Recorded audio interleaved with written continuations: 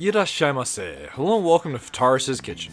I'm your host, Chef Fataris. It's time once again for Shoot 'em Up Saturday, and on the menu this week we have Cyber Mission. What kind of taste will it have? Let's get cooking and find out. From developer Game Energy, Cyber Mission released in August of 2024 for the Xbox, the PlayStation 4 and 5, and the Nintendo Switch, which is the version we're playing today. This title is a horizontal scroller very similar to titles like Forgotten Worlds. However, even if you like games like that, this is one that I can't recommend. It has enough issues with it that I just came away frustrated and really just not liking the title, so at least for me, that's my experience.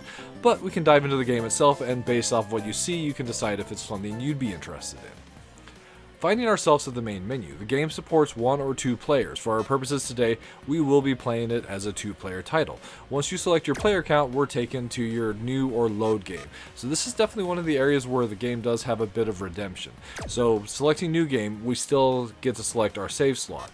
So after you complete stages, you put down a save at the stage select, and that's what these save slots will go and take us to. But for our purposes, we're starting it from the beginning, so save slot 3. We do have a cutscene that we'll skip past. I do appreciate that we can, and we're dropped right into the first stage. So one of the things that is nice is you do have some controller prompts throughout the course of the first stage to just kind of give you an idea of how the game itself progresses. And the first stage is the one that I enjoyed the best, partially because of this section here. Initially, we're controlling this starship. It gives us our controls here.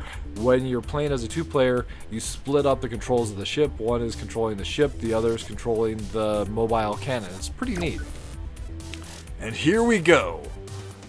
So player 1 controls the lasers and the ship of the movement itself. Player 2 controls the turret that's up front and the angle that it's firing at. The important thing to note, our hitbox is the hitbox of the cannon that's in the front. So as long as we don't take damage there, we're in pretty good shape. We do have a life bar at the top, and that's basically what you need to know for this section. Although the section is pretty indicative of what you're going to see in the rest of the game, in that you're having like awkward situations moving around a giant sprite, trying to avoid enemies and enemy shots, that sort of thing. Though honestly, our hitbox is actually, I feel, smaller in this section than you are in the rest of the game itself. And that's one of the big problems that I have with the title, is your hitbox is so large, it makes some situations just frustratingly difficult, and there's a lot of times where damage is unavoidable because you don't have, in addition to having a giant hitbox, you don't have fine control of your movement. The movement in the game is kind of, it snaps.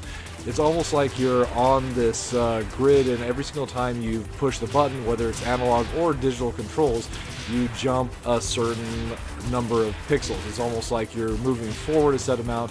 It's not smooth, it's definitely just way too much.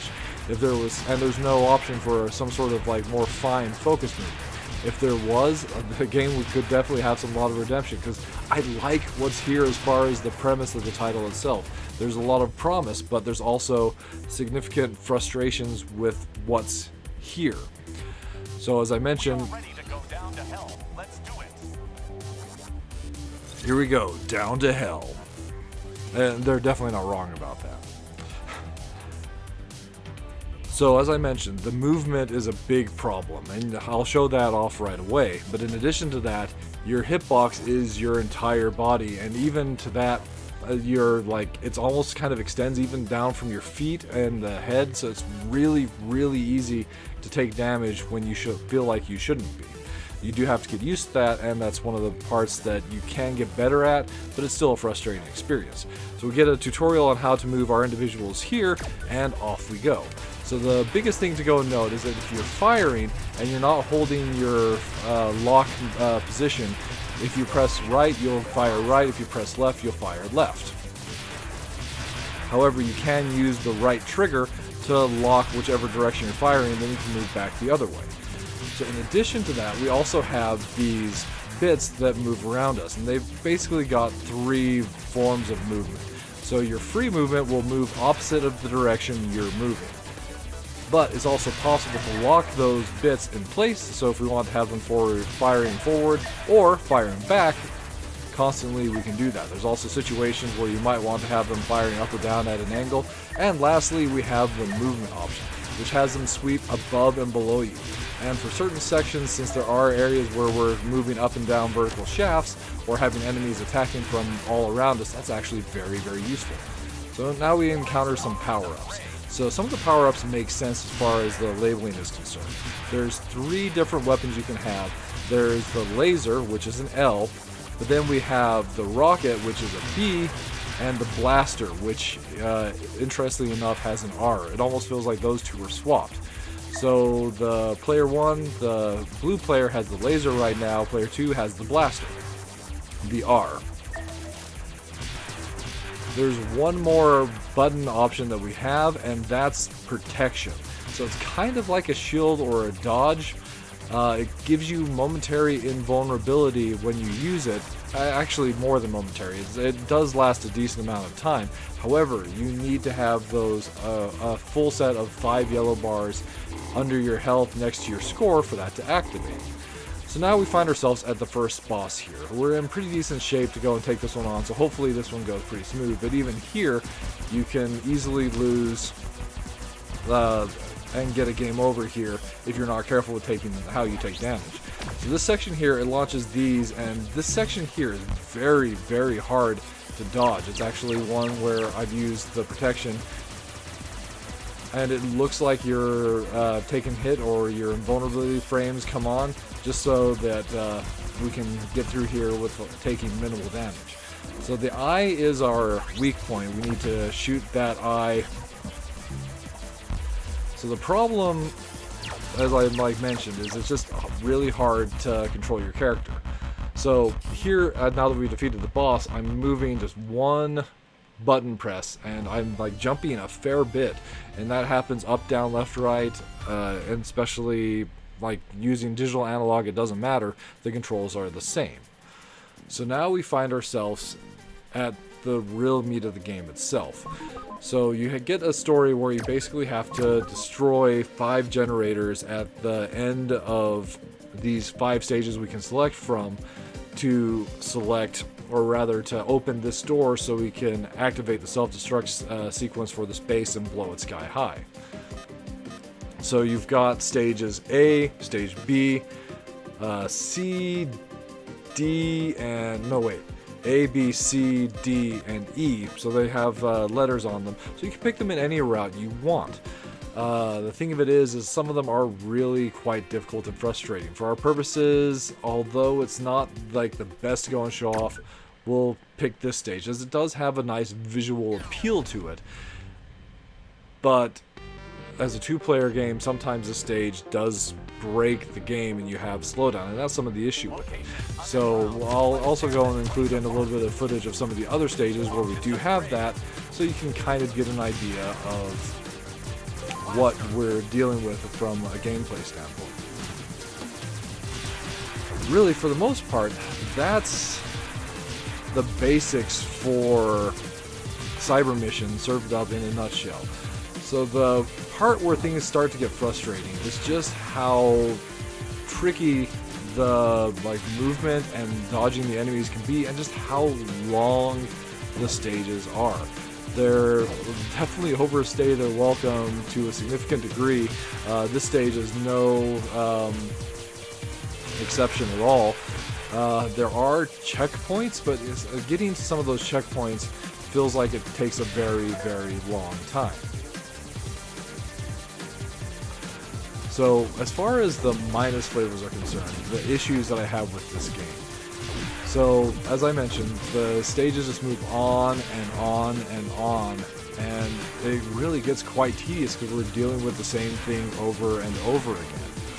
And especially in some stages, one of the things that you'll start to see is that the way the stages are designed, there'll be sections where it's very, very difficult to avoid taking damage, because the enemies will be set up in such a way that you can't really move past them easily. without taking damage or there being a surprise area, or there are even situations where you'll find yourself fighting enemies in, say, like a corridor that you can't move up and down in without seeing to avoid the shots, because our hitbox is the entire size of the character. So if you're in a corridor barely bigger than the size of your character, and there's a turret at the end of it that will fire as soon as it comes on screen, you're going to take damage no matter what, unless you knew to dodge. Like right here, if that laser was there and I was here, I can't dodge up and down enough to move out of the way of it. And that's just something that feels really frustrating, that no matter what you do, you're kind of stuck with this particular gameplay. So the giant hitbox is a problem that way. There's the situation with that snap movement as well, especially on some of the bosses. You're trying to use really fine movement to dodge past almost like bullet hell-like patterns, and just because of the way that your movement is, it's basically impossible. Oh, it is also possible to get scrolled off the screen and take damage that way as well, something to keep in mind. So for a lot of shoot 'em up stages, we would have already found ourselves towards the end of the stage, but we're not even to the first checkpoint, and the distances between checkpoints in this stage are all pretty much the same. I'm pretty pleased that we actually haven't broken this stage, but there's also some bug issues as well, specifically with the rocket launcher. So if one of the players in a two-player game, I haven't tested it in a one-player, but if one player gets the rocket launcher, then it's possible to break the game and suddenly you have massive slowdown. It's basically running at less than half speed, and for a stage that's already long, that makes it very unbearable. If a character does run out of life, then and you're playing two-player, they're out until you do get to a continue, so let's see, my bad on that one. There are also some pretty unfair boss fights. So here's some footage of some of the boss fights that we've experienced up to this point. There was this train one where, although this one wasn't as bad as some of the others, and or even the boss for this first stage here, you can kind of see just it goes multi-phase, but you have some interesting they're super tanky. There's no health bars present, so sometimes it's really hard to know how far you are through these boss fights. But there was one boss fight in particular that really broke the camel's back, and that's this one here. There are a couple phases to this boss fight that no matter what we did, it was almost unavoidable to take damage. So I think that the way the developers designed it is you were supposed to use that protection to certain points to take damage, but it just ended up being so frustrating that I gave up, and to be honest, at this point, I don't really want to go and pick this game up again. On the plus flavor side, one of the things I can go and say though is I do really like the way that the game starts with that whole section of controlling the large ship to start the game itself. I think that's a really innovative, unique way to start this kind of a game, and there was promise here, but just the gameplay itself comes out as so clunky and just frustrating that at the end of the day, Cyber Mission is just a title that I can't recommend. Alright, that'll bring us to the end of this week's episode of Shoot 'em Up Saturday. As always, we want to thank you so much for joining us. We hope you have a wonderful week, and we look forward to seeing you again next time.